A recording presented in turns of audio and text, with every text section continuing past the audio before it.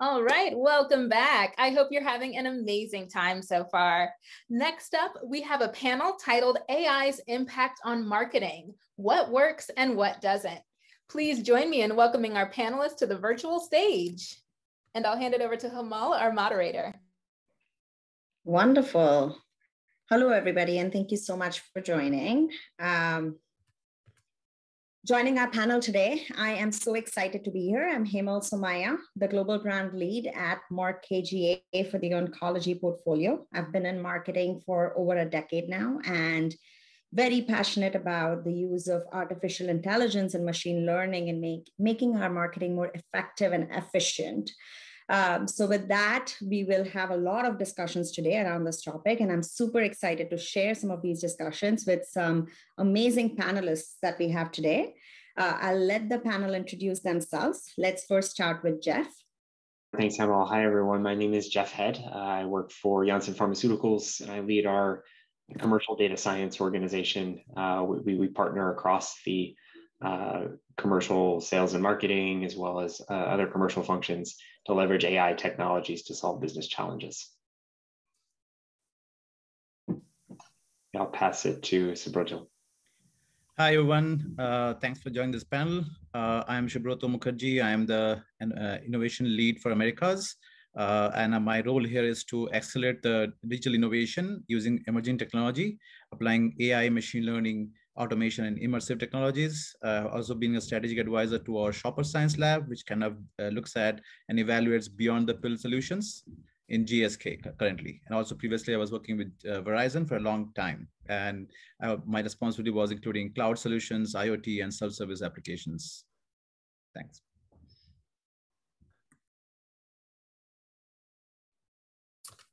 And I'm Adam Jenkins. I'm the Global Head of Data Science for Biogen, a neurobiology company in Cambridge, Massachusetts. We work on optimizing everything on the commercial side as well as the medical. So whether it be patient outreach, marketing, really optimizing the business so that, we are making the best choices from a patient and a fiscally responsible standpoint. Wonderful. So with that said, maybe we get started here. Patrika, can we have our first question on the screen? So the first question is, AI is receiving a lot of hype lately across the board. Is it actually making an impact on our marketing efforts? And I think this is a question, especially coming from the healthcare background, something for us to really sort of pause and think about, given when we think about AI, it's mostly data-driven. And in the pharmaceutical space where I come from, data is always a challenge with HIPAA compliance and all the regulations associated with it. So implementing true AI is something that we want to do, but haven't gotten there yet. But I would share a few more thoughts just from pharma perspective. But before that, I would love to hear from the panel here. So Subroto, just some thoughts on this question. Yeah, so I come from GlaxoSmithKline, and I'm part of the consumer healthcare, which is RX2 OTCs. A lot of the products are being switched there. So we are part of the consumer healthcare group. So definitely AI in marketing is very critical from us. And what I have been, if you look at the whole spectrum of the marketing side, from reach to act to convert and engage, we try to make sure that AI is definitely taken into account. And I've been personally involved in a couple of those AI projects. And if you look at the stats, looking at something recently, looking at predictive analytics, which is one of the key elements right now, is that it's the use of that will help in doing a 2x of your revenue, and has been a couple of stats out there. And also, if you look at the Retail Dive recent report, which says that 46% of the surveyed had a positive experience with technology, given more confidence in the particular brand in that aspect. And recently, I was reading an AI marketing report by Drift and AI Institute, which says that 52% of the folks says AI is very important or critically important for them to success in marketing next 12 months. And 41% of marketers are achieving a revenue acceleration with AI today on their front.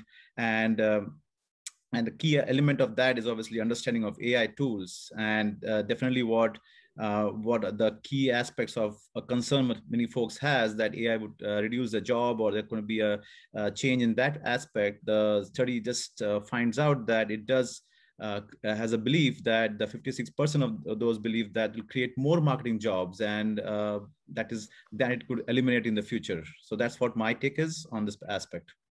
No, wonderful. I mean, I fully agree with you, right? And I think COVID-19 has been an inflection point for our industry where we started thinking about digital just more and more. So the stats you shared around just AI being leveraged, used, and valued more in the next 12 months makes perfect sense to me.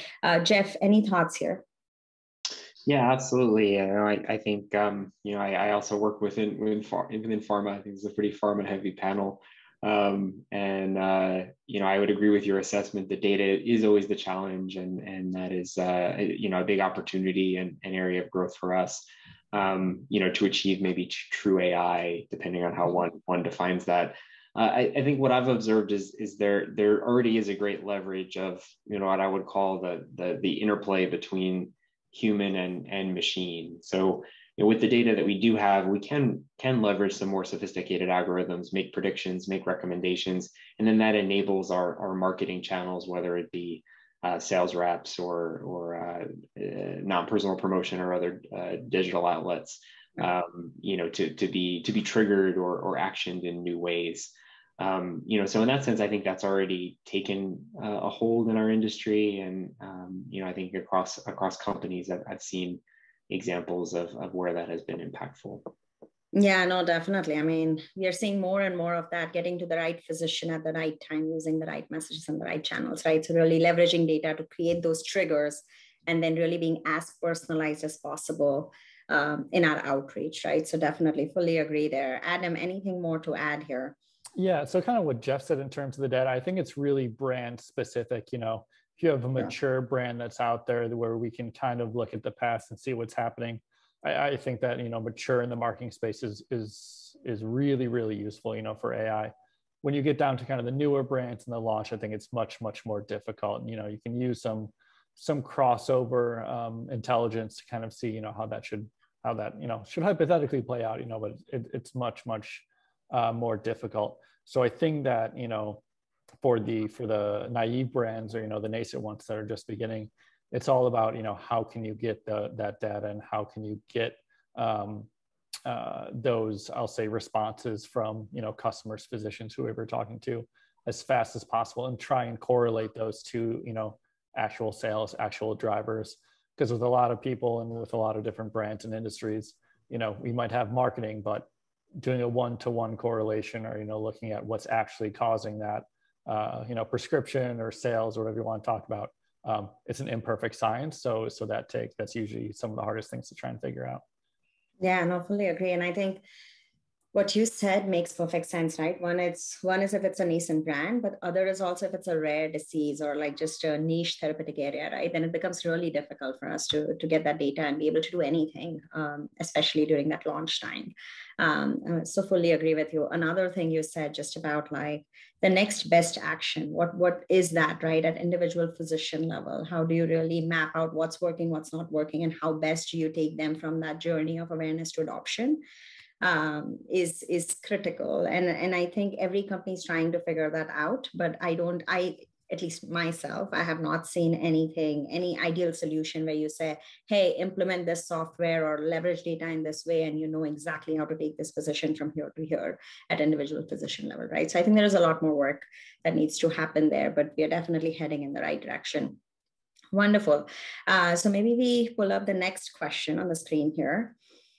So the next question is, which opportunities does AI present to marketeers? And any examples the team can share. So maybe this time around, Jeff, we start with you.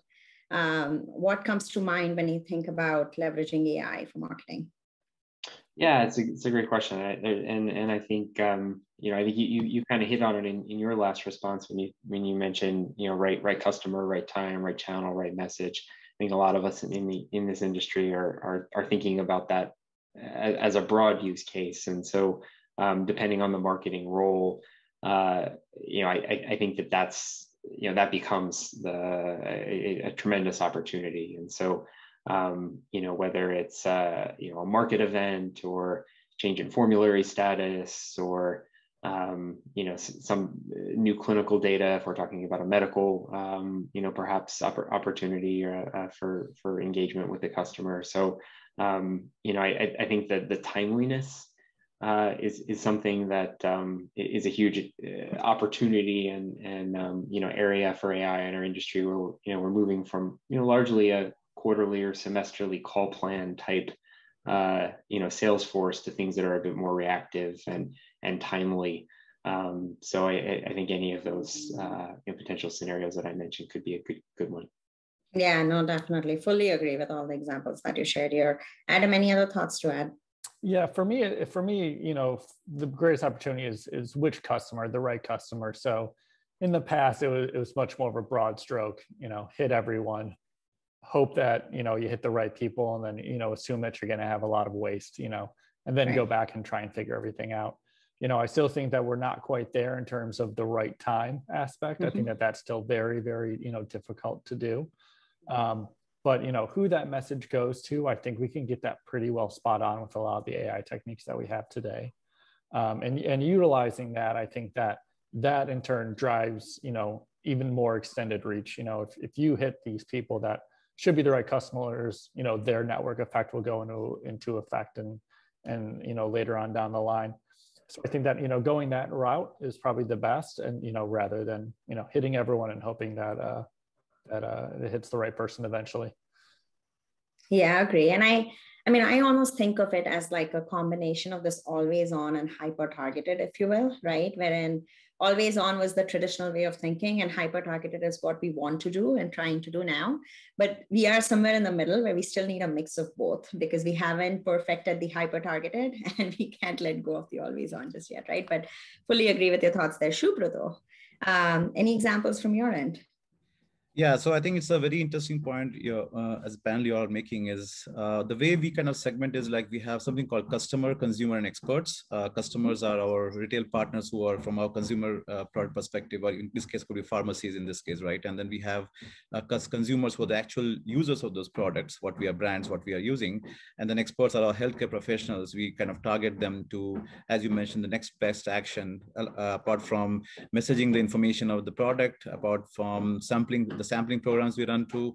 But if I look at the holistic view of the marketing and AI, one of the key aspects we are looking at is more of customer profiling, segmentation of the customers, like understanding. And obviously the bigger aspect is the propensity modeling. How do you understand the customer's behavior, patterns, habits, or preferences?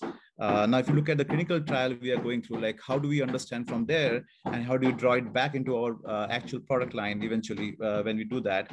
Now, in terms of other things we are also looking at right now, is more of a personalized recommendation. So how do we recommend when you go to the specific area to buy in, be it in a pharmacy where they have CVS, they have concierge things, or we have our brand.com websites where we can have them come and recommend a specific set of products, especially since we are much more in the consumer healthcare, have the option to do it, be a seasonal product, be allergies or cold medications.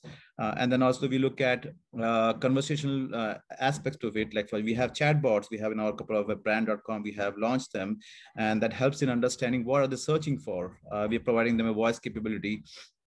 And then the other aspect is like instead of chatbots moving from chatbots to a conversational channel, like you can follow omni-channel aspect of it, which is kind of folks are moving to different channels nowadays. They are not at one specific channel. How do you trace them online to offline capabilities? And then obviously with social media becoming so prevalent right now to understand the brand sentiment, we're looking at AI aspect on there to understand the sentiment analysis of it and see we can use NLG, natural language generation, to make this insights. It can be digestible to our own business, own understanding, like how do we really take the next best action, or how do we refocus our campaign or retune our campaign to those kind of aspects of it. So those are the things I see preferably very interesting in AI. It's a huge area we can always keep on working on, but as you mentioned, all data will be the key aspect of it. How much of data, first party data, which is the biggest thing we're looking at right now from a consumer perspective, with the walled garden in place, how do we get the best consumer data, first party data, to understand the consumers better? There are HIPAA rules, there are compliance rules to make sure that the customers are agreeing to provide the data to us. We have those check boxes when we kind of make sure that's being constrained. Those are key drivers to this, making sure we have a better way of targeting the consumers, be our experts or doctors. Even for doctors, we're looking at how do we better know the doctors in that area with multiple ways they are being reaching out to us. So that's my take of AI. Marketing. Yeah, no, I think that was an excellent summary, and you hit on all the key points, right? When we think about AI, like whether it's NPL, whether it's chatbots, whether it's next best action, I think that's really where everybody's head is at. Quick question there: when you think about chatbots, is it more on the consumer side or on the HCP side? Because I've tried to do chatbots on the HCP side. There's always like issues with compliance, given like everything has to be so regulated again. But would love to hear your thoughts there. Yeah, so we just now, we did chatbot on consumer side. We had a Voltaren Gel, which was our OTC product launched, and we got a gold award on that website. But chatbot, you're right. So we had to do a lot of regulatory and compliance aspect of it to make sure that consumers, when we talking to it, we have a proper way of referring to any adverse events happening. So we have to take care of the adverse event monitoring on that part. We have been right now introducing to our HCPs. We are live on one of our Canada sites where we are in the sampling program. Instead of people calling back us or looking for samples, we are looking at them to do a chatbot to get the samples done. With obviously with all those kind of scenarios where we can be easily simplifying the doctor's reach to us in a simple way, and that kind of reduces our call load to our call contact centers. We are using that channel for bots for that aspect of it, but definitely I had to do a lot of compliance checks with our medical advising team to our adverse events team to make sure that any of those adverse events are properly captured and being taken action on that. So it's a challenge. I faced that challenge while doing this. No, wonderful. I mean, that's great. Awesome. So can we move to the next question then?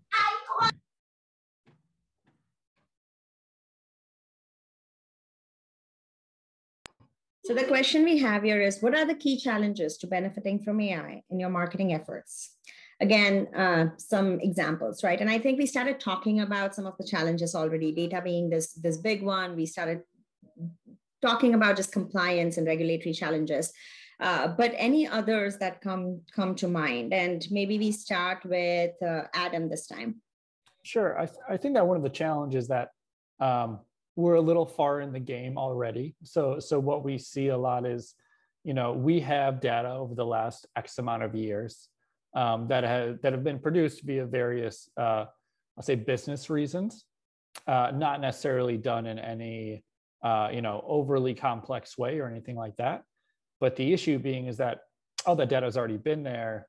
So it's very difficult to disentangle cause and effect type of things, So you have all these, everything affecting everything, nothing is done in a vacuum. So it's very difficult to determine what's causing everything. So, if you're going to look at a marketing technique, was it an email? Was it a field force? Was it an event?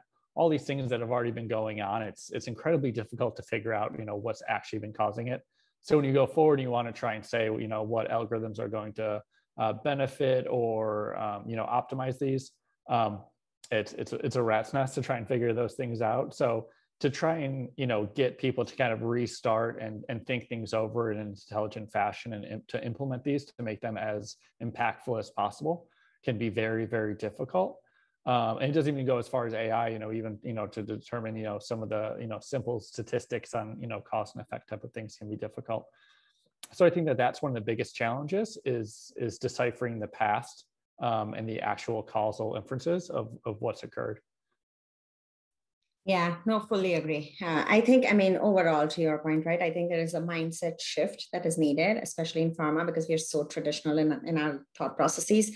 As you were talking about it, one other team or function that comes to mind is just like our internal IT folks, right? Like if you sit with them and expect, especially in like big pharma companies, if you sit with them and expect them to start doing some of this AI and really smart technological platform deployment, it becomes challenging to do it internally, right? Like we have to tap into vendors and get external like experts to come in. And I know some of the companies have now started building their like data sciences teams and things like that to further elevate and help us get to that place, that ideal goal of marketing internally. But I feel like it's not easy for any of us, right? Like we're still trying to figure out how best to do that, and along with the mindset shift that needs to happen across the board, including with the marketeers that we're working with, right? So so definitely great points there. Anything else to add here, Subrata?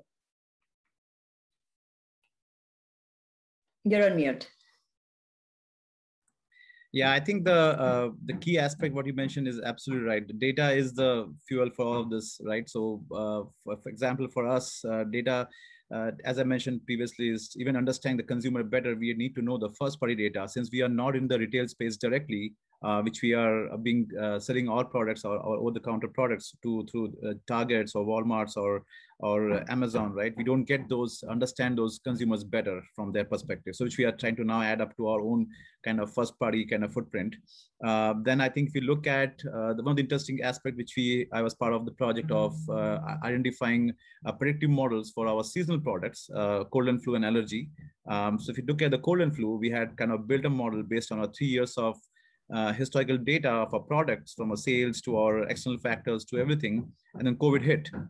So we have specific models which we have built. Now that completely got disturbed, because now we don't, this is completely a once in a decade kind of a pandemic situation that happens. So all of our cold and flu, if you look at it, there was the lowest flu season last year because of this people prediction of more of different scenario happening here. So all the data, historical data which we had built the cold and flu functionality, it had to be retweaked now. So we are looking at different ways to retweak it. So, and the whole idea of that cold and flu prediction model was to help not only our media team, a marketing team, to predict a better way of ad buying or media buying, also as a safety in the supply chain, our retailers to kind of stock them in a right fashion. So those kind of started having a little bit of tough for us. But if you look at the whole marketing side, one of the biggest challenge we are facing from a data and other part of it is that if you do this omni-channel journey from end to end, the multi-touch attribution factor, from how do you do an ROI measurement on the entire spends for your marketing campaigns to your understanding the omni-channel journey of a customer, that is still a big kind of point for us, which we don't have all the elements of data being stitched. We are still trying all the best, and talking to many other industry experts, this is still a big challenge we are all going through. So if you look at the multi-touch media attribution to your clean data set, which you obviously have. And then obviously, if you look at companies go through a merger and acquisitions, for example, we acquired Pfizer's consumer healthcare, then we had Novartis, and we have a joint ventures with GSK, and we kind of split up as a separate consumer healthcare group.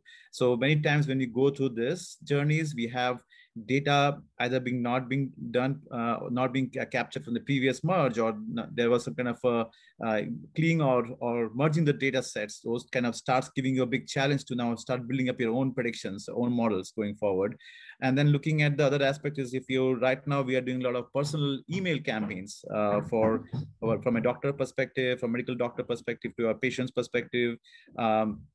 There we need to have a data to understand the history. So before we can do a personalized email campaigns for them. So we are slowly building that up, but there's a challenge there to even have the clean data. We have consumers who were interacting with us, but they stopped, right? So even their emails are not being used. So we have so many junk emails. So we have to kind of weed them out. So those are the key aspects I'm seeing are very common elements of data issues.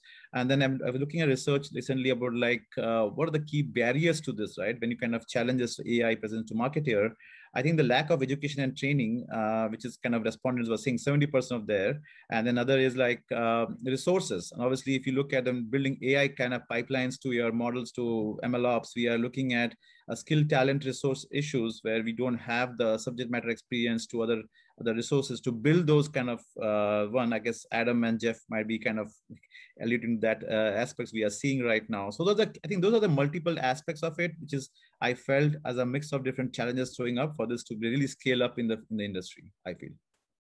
Yeah, no, fully agree there.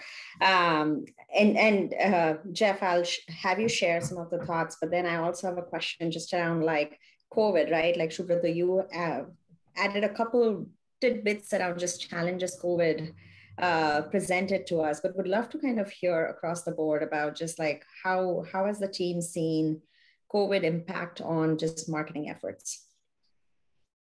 Yeah, sure. Great collection of responses and challenges. I'd agree with with everything that's been shared so far. So maybe we'll just add on the change management piece. I think it's it cuts across a lot of different teams and functions. Certainly sales and marketing organizations, but also your technology teams, your medical teams, your data science team, if you have that, and leadership on up the organization. To get buy-in to really change the operating model, to rely less on historical relationship-based, or this is always how we've done it and it's been successful mentality. Sometimes breaking through those old habits or old preconceived notions can be difficult. But I'd say on the flip side, when you do find a brand that is really into it, and I think Adam touched on this, well in his response. Sometimes if you go all in, you have no way of testing how it works, and so there can be maybe some over excitement about, well, let's just launch this to the entire field, and then I'm sitting there thinking, well, how we're never going to know if this works or not, because it's there's no true control of that. So I think those sort of organizational mindset and people challenges. To your COVID point, I think it's it certainly has accelerated discussions around digital and other channels, and we think about at least in pharma and the healthcare space, hospitals were closed, offices were closed. There may be no access, and there's still places where that is the case. So I think that has accelerated discussion, but I would also I also worry that we're going to, we're in this time frame, we're building potentially and training models on data sets that are very abnormal, whether it's pre-COVID, during COVID, kind of a hybrid of both. And so how well are those predictions going to work in, whatever comes next month or 6 months from now or a year from now? That's an open question, I think, in my mind. Yeah, no, fully agree. I mean, definitely. Adam, I see you went on unmute, yeah. So... Yeah. To go along with what Jeff said, I think that it's, has its positives and its negatives with COVID. There are a lot of questions being asked that were not asked before. A lot of people see digital as, I don't want to say, the cheap way of marketing, but, what is an email worth? What is a virtual event worth? All those things that were never really asked or questioned before. Those are the things that are, starting to come into play. But on the flip side, everything's being implemented regardless of what the answer is, because I think that's, what has happened. But as well, because there was almost a reset of, people in the field and face-to-face, we're able to do some things now in terms of, none of this happened, prior. Like we didn't talk to anyone. No one else talked to anyone. Like, did it affect our sales? Things like that you would never, ever get to see in kind of a real world, I'll say a hypothetical that quickly turned into a real world scenario. It is now kind of open to us to play with. So it did open, some possibilities to implement and to try some things from an AI standpoint that we wouldn't have gotten to if it wasn't for COVID. So do you think, Adam, we are going towards a scenario where we are relying less and less on our sales reps and relying more on digital and saying, hey, like even if a rep did not go in here, we got a script because this physician engaged with 5 emails or 3 banner ads or whatever that may be? Yeah, I think so. And I think it's actually, it might not be the face-to-face, person to person that's going to go away, but, an implementation of almost, a virtual field rep, where someone is, isn't in the office, but, making calls, virtually and things like that. I think that's going to become a little bit more of the norm, assuming that, the risk benefit, plays out in the correct way. But I do think that if we can kind of understand and, getting an omni-channel look at a physician is very, very difficult to try and track them. But I do think it's going to go a little bit more towards that route. I think that mixed marketing models, kind of become much more relevant. But it's all a matter of, of how you format them and the story that you put around them. Yeah, no, fully agree. And it's also like, how do we use digital to further activate our field force, right? Whether it's virtual or in person, but how do we equip them even further using digital? So great points there. Anything else, Subrata, from your end? So I think very excellent points. Like the COVID had there are few challenges, right? Apart from you're saying the physician contact, how do you do that? For example, we had for our Sensodyne brand, we had a big presence to go to dental schools. We have to dental professionals to meet them. We had presentations and layers, right? So we kind of had to stop that. Obviously, there's a different kind of aspect to it. And then I think the key thing is we're looking at how we differently now manage to interact with them. The other aspect is if you start looking at if your marketing campaigns, you are scaling up or down. But the biggest factor we also faced was our supply chain logistics during this COVID time. So even if you had a campaign being running, to expand our products, or even reaching out to doctors and experts and trying to expand that reach, but we didn't have our logistics kind of backing up because of the COVID pandemic. A lot of our supply chains were disrupted, which is kind of biggest challenge we faced.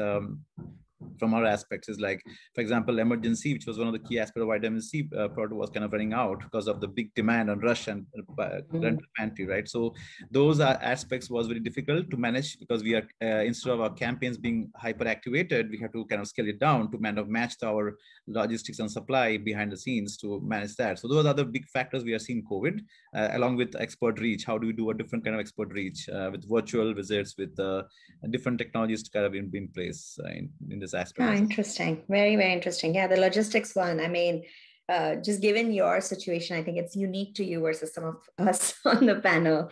So that's an interesting one for me to hear. Wonderful. Now, so can we get the next question on the screen? So the next question is, how does the shift towards AI-driven marketing impact your customers' relationship with your brand? So how are physicians now looking at some of these marketing messages that are coming from the pharma company, right? Then a couple thoughts from my end before I have the panel chime in. When I first started thinking about just AI-driven omni-channel marketing, right, and just leveraging data to understand when is this patient in the physician's office and when should I target this patient and things like that. My biggest fear was that if a physician ever learned about it, they would think we are so creepy, right? Like we are literally monitoring them day in and day out to be effective and efficient in the way we reach them, right? But I've been pleasantly surprised. Like I've spoken to a few physicians about it. I think one, they are just unaware a lot of times that we are tracking all of this data, which works to our advantage, if you will. But even if they are aware, I don't think they care as much. Like they understand the intent behind it and they are very open to some of that, right? And I think the personalization is working. Like as far as I've seen, I mean, yes, it's not that at Merck KGaA or in some of the other organizations where I've implemented this, it's not like we've reached a goal where it's perfect, right? Like to Adam's earlier point that yes, we are identifying the right time, we are targeting the physician with those right messages and the right channels, and then being able to track what's working, what's not working. I don't think I've ever been able to get to that ideal world yet. But that said, you do see impact from engagement rate perspective, from revenue perspective, if you do it right? If some of the pieces are working well, you do see that impact. So those are just a couple of thoughts from my end. But Adam, why don't you go first? Any thoughts on this question? Yeah, I think that, what I think about is it's much more, I don't want to burden or annoy the physician. It's very easy to say, send them the emails, make sure that they're, up on our relevant information, know everything they should know, that we're top of mind. But very quickly, if they ever say, remove my contact or do not contact me, that's more or less lost forever. That's a line that you don't ever want to cross. So it's, how do we stay pertinent in their mind, and how can we stay, as up to date as possible that they want, without crossing that line where, again, they think that, we're providing a hindrance to what they're trying to do, because then we both lose, in my mind. So, for AI, it's much more about finding that level and not crossing it. Because, once you start reaching that, then again, it's that downstream effect of one physician talks to another, talks to another type of thing. So for me, that's the real opportunity that AI, creates for me is how do I keep that in perspective? Makes sense. Perfect. So Subrata?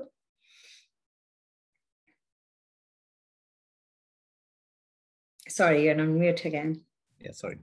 Yeah, so I think it's a very important challenge we were facing too. Like for our, how do we reach out to our experts and doctors for? And one of the interesting challenge which I was trying to figure out with our team is like the sampling programs, right? We have a lot of sampling programs in running. So how does it reach effectively to the consumers, and how do we even make sure they are converted back to our brands, right? Coming like from the samples, are they able to reach to take the samples, and then can we kind of get them back on understanding if they're really going to be interested to convert back from their samples. So it was an excellent challenge. We are still kind of figuring out the best way to do it. And especially COVID had bigger challenges for how do we can know, because people are not coming to the doctor's office for samples anymore, right? It's like there was a kind of less interaction of that part. So even they are kind of talking to them if they're being sent out the samples, how do we really track the whole journey and then get interaction with, obviously with permissions from the consumer to reach out to them with that kind of aspect of it. But personalized messaging is from our doctors, what we are doing is we were using the CDP kind of to identify doctors, because they were doctors coming from different within the same region to figure out this doctor who is launching. And we had a kind of sales rep reaching out to them. We had doctors coming and registering from a sample perspective, how they are same. So we have to kind of unify the database to understand they are the same person. So we can have, instead of having two different messages being going to the same doctor, we can still unify the message back to the same doctor, right? So those are the key things we are looking at, more of a personalization perspective, but making sure we have a right unification done and the right messaging back on the doctor side. Yeah, makes perfect sense. Jeff, anything more to add here?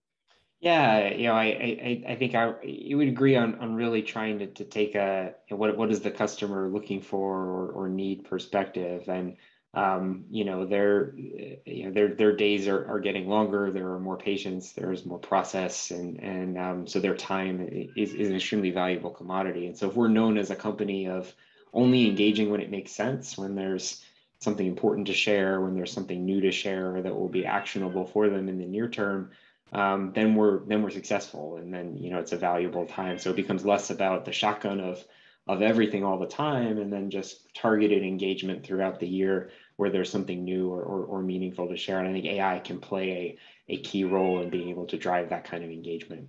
Fully agree, and very nicely said and summarized there, Jeff. Thank you. Wonderful. So can we have our last question on the screen now?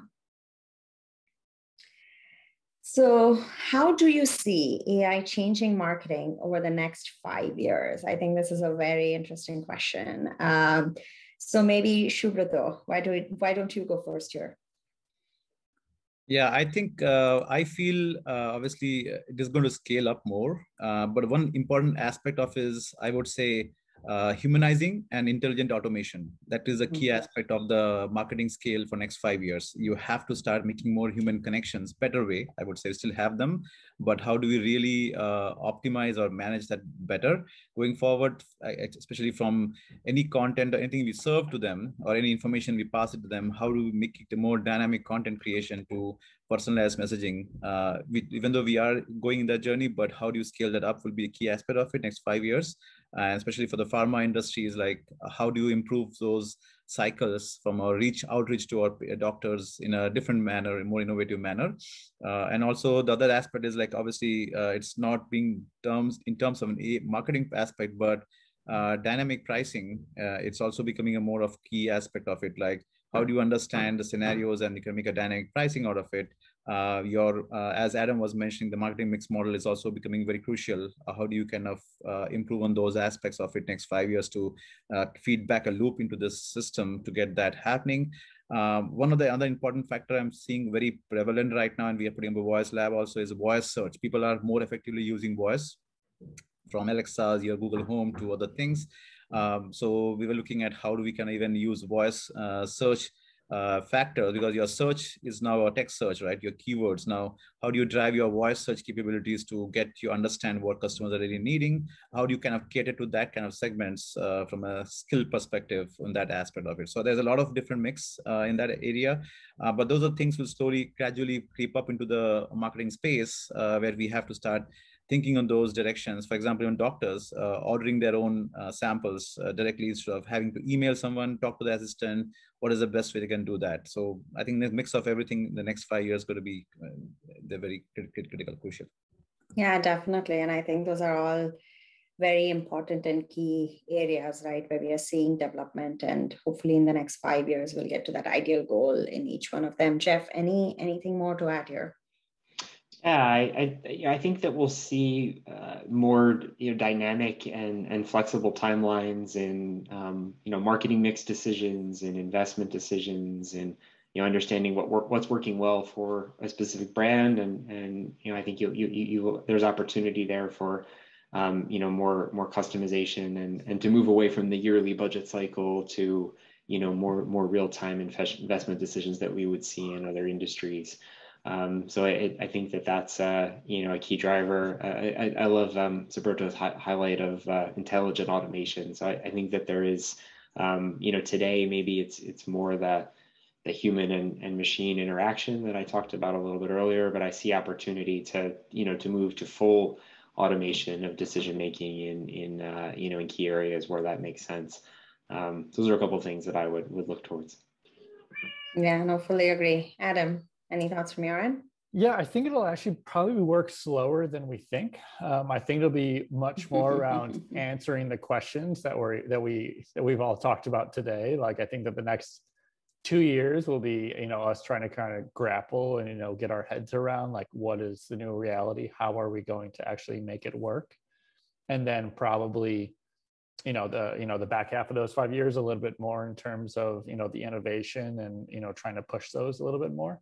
But I think especially kind of in the upper echelons of the companies, it'll take a while for that to trickle up in terms of, what is the actual benefit of doing these? How are you going to start to relate to investors? Investments in this space and things like that. So I think it'll be a little bit slower in the first half, but hopefully pick up speed in the second half. Yeah, fully agree. And I think, Adam, to our earlier discussion, right, it's one thing to just kind of figure things out and think about data and technology and some of those elements. And then it's another thing to just think about the mindset, right? And I feel like that mindset shift and just kind of relying on digital more and more has begun, but it's going to take a little bit longer for everybody to fully be on board with it, right? So fully agree there. I think great comments and thoughts here, guys. Thank you so much for your time. I truly enjoyed the discussion today. And with that, I think we can end this panel discussion. So thank you again, everybody. Wow, thank you all so much. This has been awesome. And thank you, Kamal, for moderating. That was amazing. And thank you for keeping us on time. And a special thank you to all of our panelists for bringing such incredible insights today. For the audience, it's time for you to make your way to your next session. Along the way, make sure you accept your connection request and take some time to check out our amazing exhibits. Thanks so much, and we'll see you around. Thanks, everyone. That's good. Thank you.